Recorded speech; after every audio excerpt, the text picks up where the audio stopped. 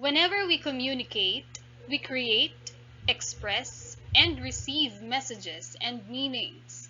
Now, to make it easier for us to understand and to be understood, we make use of not just one, but multiple communication processes or modes. Welcome to English 10 class. In this video lesson, you will learn about multimodal texts, its elements, and its different types. You will also compose your own text with multimodal elements.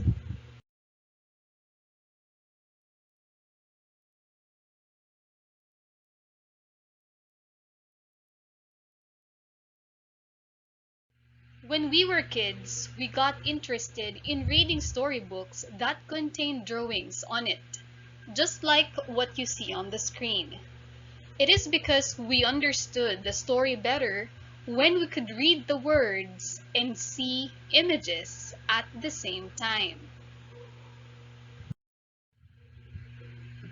Likewise, we appreciate a song better when we can read the lyrics and watch the video while listening to the melody of the music.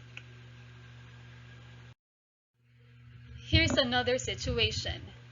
When you are telling a story to your friends, do you just use words to talk? I'm sure you don't. You even add facial expressions and hand gestures to convey your story clearly and more effectively. In the same way, your teachers do not just present lessons verbally. We usually discuss with visual aids to make sure that you comprehend the topics well. We even add gestures while we are talking. These are all examples of multimodal texts. Now, you may ask, what is a multimodal text? A multimodal text refers to the strategic use of two or more communication modes or semiotic systems to make meaning. In other words, we use a combination of multiple modes to express or to understand a message in a communication process. What are the modes or elements in a multimodal text? The first one is linguistic. It refers to vocabulary, structure, grammar of oral or written language. Simply put, linguistic element refers to the language that you use in the communication process. The second is visual. This refers to the use of colors, shapes, patterns, and still or moving images that are incorporated in a text when you present information. The next one is audio. It refers to the volume, the pitch, the rhythm of music, and even sound effects. Next is gestural. From the word gesture, it refers to the movement, facial expression, and body language. The last one is spatial. From the word space, not the outer space, but the space on which the meaning or the message is written. So it refers to the proximity or the distance between the elements on a page. Also, the direction, the position of the layout, and the organization of objects in space.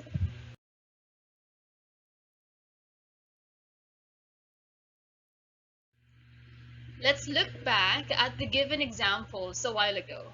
Let us determine the elements in each multimodal text.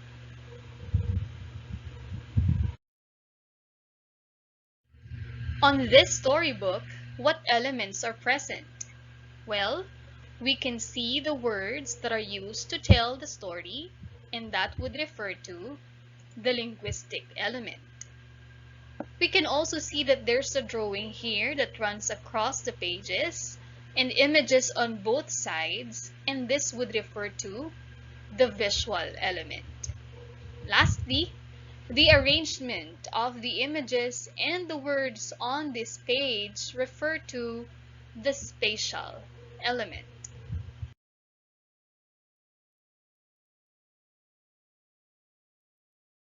When we listen to music and hear the words from the singer, this refers to the linguistic element.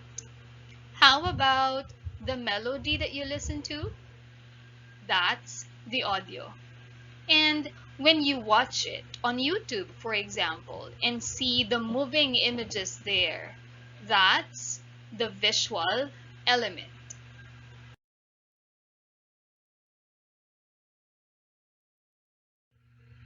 Now, when you're telling a story, the words that come out of your mouth would be the linguistic element, and your hand movements would be the gestural element.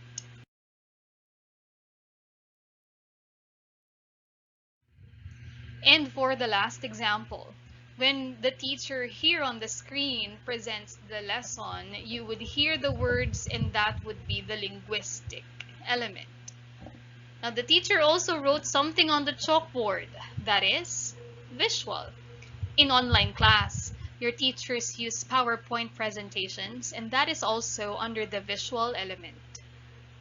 Spatial, we can see that the teacher wrote in an organized manner, and that's because he wanted to present the information clearly or in an organized way. And the teacher makes hand movements, that's gestural element.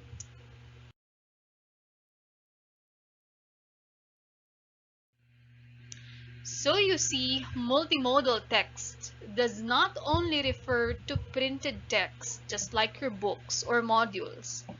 There are actually different types of multimodal texts.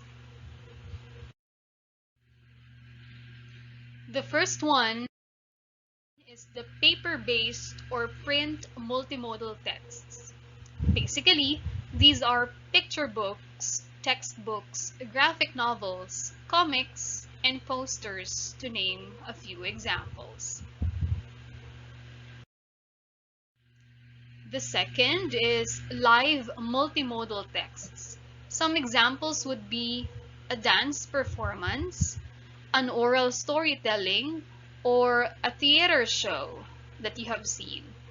So live multimodal text would be anything that's performed live and that convey meaning through combinations of various modes such as gestural, spatial, audio, and oral language. The third one is digital multimodal text. This is what we commonly see nowadays. Slideshows, e-posters, digital stories, films or movies, animations, podcasts, and web pages are some examples of digital multimodal texts.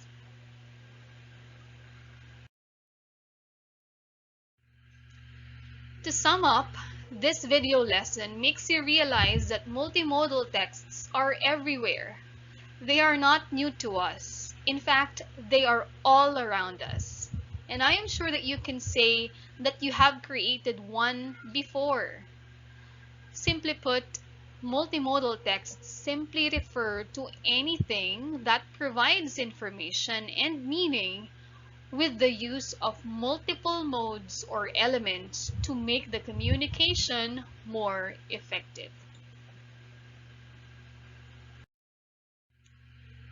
Now let us apply what you have learned through a performance task. You will compose a text with multimodal elements. We have reached the end of the video lesson. I hope you have learned something from it.